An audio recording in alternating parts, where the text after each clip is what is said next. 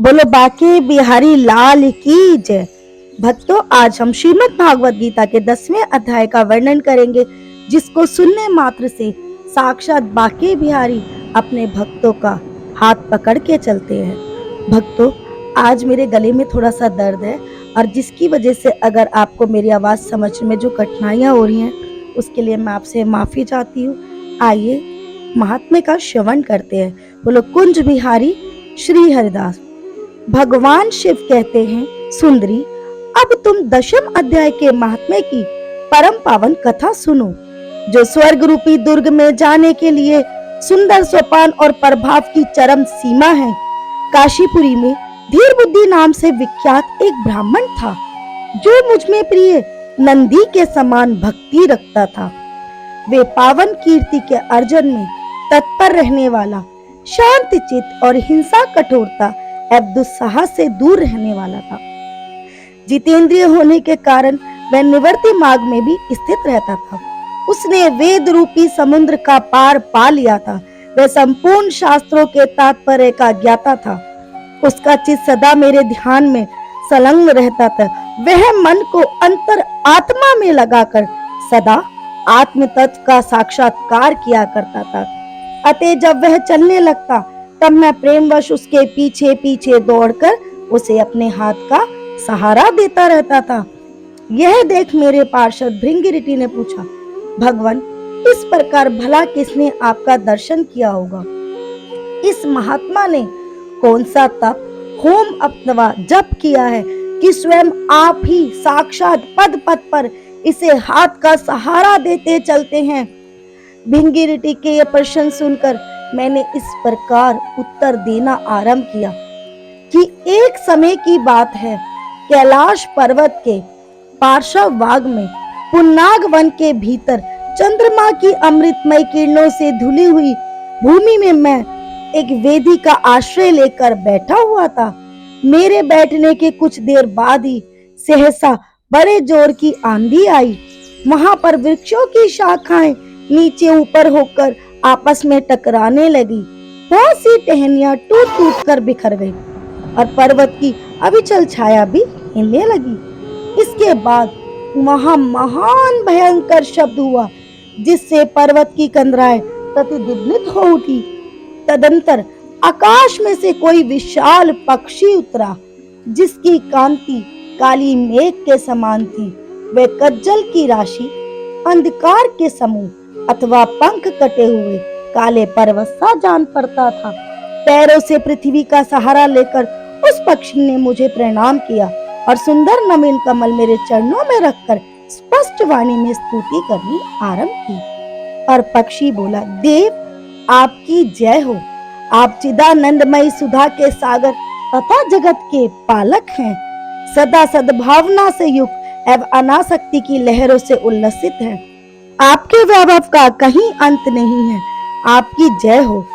अद्वैत वासना से परिपूर्ण बुद्धि के द्वारा आप त्रिविध मलों से रहित है। आप जितेंद्रिय भक्तों के अधीन रहते हैं तथा ध्यान में आपके स्वरूप का साक्षात्कार होता है। आप अविद्यमयी, उपाधि से रहित, नित्य मुक्त, निराकार, निरामय, असीम, अहंकार शून्य हैं, आवरण रहित और निर्गुण हैं। आपके चरण कमल शरणागत भक्तों की रक्षा करने में प्रवीण हैं। अपने भयंकर ललाट रूपी महासर्प की विज्वाला से आपने कामदेव को भस्म किया है। आपकी जय हो। आप प्रत्यक्ष आदि परमाणु से दूर होते हुए भी परमाणु स्वरूप है। आपको बार बार मेरा नमस्कार। चैतन्य के स्वामी तथा त्रिभुवन रूपधारी, आपको प्रणाम है। मैं श्रेष्ठ योगियों द्वारा चुंबित आपके उन चरण कमलों की वंदना करता हूँ प्रभु, जो अपार भव पाप के समुद्र से पार उतारने में अद्भुत शक्तिशाली है। महादेव साक्षात बृहस्पति भी आपकी स्तुति करने की धृष्टता नहीं कर सकते। सहस्त्र मुखों वाले नागराज शेष में भी इतनी चातुरता नहीं है कि वह आपके गुणों का वर्णन कर सके। फिर मेरे जैसे छोटी बुद्धि वाले पक्षी की तो बात ही क्या। उस पक्षी के द्वारा किए हुए इस स्तोत्र को सुनकर मैंने उनसे पूछा, विहम, तुम कौन हो और कहां से आए हो? तुम्हारी आकृति तो हंस जैसी है, मगर रंग कोए का मिला है। तुम जिस प्रयोजन को लेकर यहाँ आए हो उसे बताओ। पक्षी बोला, देवेश, मुझे ब्रह्मा जी का हंस जानिए। दुर्जट, जिस कर्म से मेरे शरीर में इस समय कालिमा आ गई है उसे सुनिए। प्रभु, यद्यपि आप सर्वज्ञ हैं, अतः आपसे कोई बात छिपी नहीं है, तथापि यदि आप मुझसे पूछते हैं तो मैं आपको बतलाता हूँ। सौराष्ट्र नगर के पास एक सुंदर सरोवर है जिसमें कमल लहलाते रहते हैं। उसी में से बाल चंद्रमा के टुकड़े जैसे श्वेत मृणालों के ग्रास लेकर मैं बड़ी तीव्र गति से आकाश में उड़ रहा था। उड़ते उड़ते सहसा वहां पे पृथ्वी पर गिर पड़ा। जब होश में आया तो अपने गिरने का कोई कारण ना देख सका, तो मन ही मन सोचने लगा, अहो, मुझ पे ये क्या पड़ा और आज मेरा पतन हुआ कैसे? पके हुए कपूर के समान मेरे श्वेत शरीर में ये काली माँ कैसे आ गई? इस प्रकार विस्मित होकर मैं अभी विचार ही कर रहा था कि उस पोखरों के कमलों में से मुझे ऐसी वाणी सुनाई दी, हंस उठो, मैं तुम्हारे गिरने और काले होने का, तुम्हारे पतन का कारण बताती हूँ। तब मैं उठकर सरोवर के बीच में गया। वहां 5 कमलों से युक्त एक सुंदर कमलनी को देखा। उनको मैंने प्रणाम किया, मैंने प्रदक्षिणा की और अपने पतन का सारा कारण पूछा। कमलनी बोली, कलहंस, तुम आकाश मार्ग से मुझे लांग कर गए हो, उसी पाप के परिणाम वश तुम्हें पृथ्वी पर गिरना पड़ा तथा उसी के कारण तुम्हारे शरीर में कालिमा दिखाई देती है। तुम्हें गिरा देख मेरे हृदय में दया भर आई है। जब मैं इस मध्यम कमल के द्वारा बोलने लगी, उस समय मेरे मुख से निकली हुई सुगंध को सूंघकर 60,000 भव्य स्वर्ग लोक को प्राप्त हो गए। पक्षीराज, जिस कारण मुझ में इतना वैभव, ऐसा प्रभाव आया, उसे बतलाती हूँ। सुनो, इस जन्म से पहले तीसरे जन्म में मैं एक ब्राह्मण कन्या के रूप में उत्पन्न हुई। उस समय मेरा नाम सरोज वदना था। मैं गुरुजनों की सेवा करती हुई सदा एकमात्र पतिव्रत के पालन में तत्पर रहती थी। एक दिन की बात है, मैं एक मैना को पढ़ा रही थी। उससे पति सेवा में कुछ विलंब हो गया। इससे पति देवता कुपित हो गए। उन्होंने शाप दिया, पापनी, तू मैना हो जा। मरने के बाद यद्यपि मैं मैना ही हुई, तथापि पतिव्रत के प्रसाद से मुनियों के घर में मुझे आश्रय मिला। किसी मुनि कन्या ने मेरा पालन पोषण किया। मैं जिनके घर में थी, वे ब्राह्मण प्रतिदिन प्रातःकाल विभूति योग नाम से प्रसिद्ध गीता के 10वें अध्याय का पाठ करते थे और मैं उस पापारे अध्याय को सुना करती थी। विहम काल आने पे मैना का शरीर छोड़कर 10वें अध्याय के महात्म्य से स्वर्ग लोक में मैं अप्सरा हुई। मेरा नाम पद्मावती हुआ और मैं पद्मा की प्यारी सखी हो गई। एक दिन मैं विमान से आकाश में विचर रही थी। उस समय सुंदर कमलों से सुशोभित इस रमणीय सरोवर पर मेरी दृष्टि पड़ी। इसमें उतरकर जो ही मैंने जल क्रीड़ा आरंभ की, तो ही दुर्वासा मुनि आ धमके। उन्होंने वस्त्रहीन अवस्था में मुझे देख लिया और वो क्रोधित हो गए। उनके भय से मैंने स्वयं एक कमलनी का रूप धारण कर लिया। मेरे 2 पैर 2 कमल हो गए, 2 हाथ भी 2 कमल हो गए, शेष अंगों के साथ मेरा मुख भी कमल हुआ। इस प्रकार मैं 5 कमलों से युक्त हुई। मुनिवर दुर्वासा ने मुझे देखा। उनके नेत्र क्रोधाग्नि से जल रहे थे। वे बोले, पापनी, तू इसी रूप में 100 वर्ष तक पड़ी रह। ये शाप देकर वो क्षण भर में अंतर ध्यान हो गए।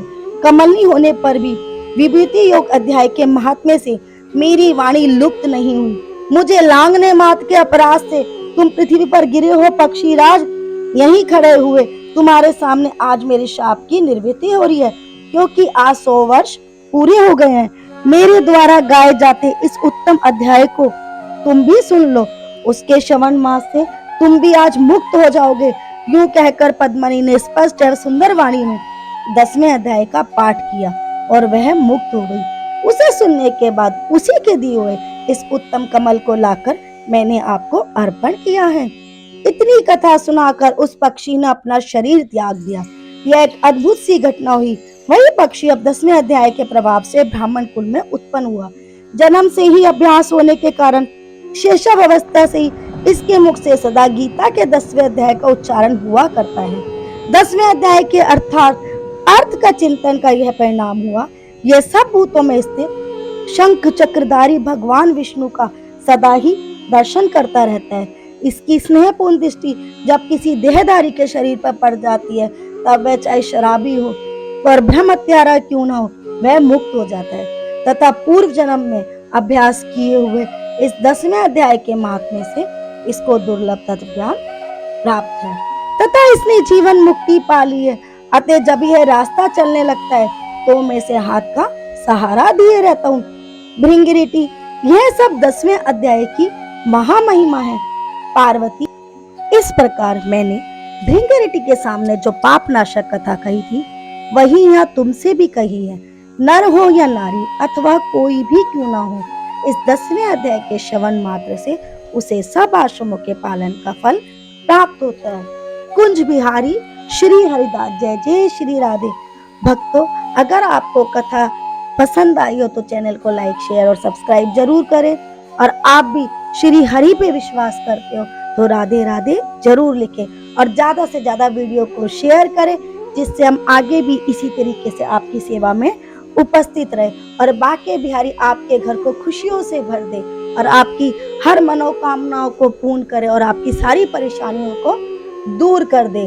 और अभी तक आपने चैनल को सब्सक्राइब ना करा हो तो जल्दी से सब्सक्राइब करें, जिससे सबसे पहले कथा आप तक पहुंच सके।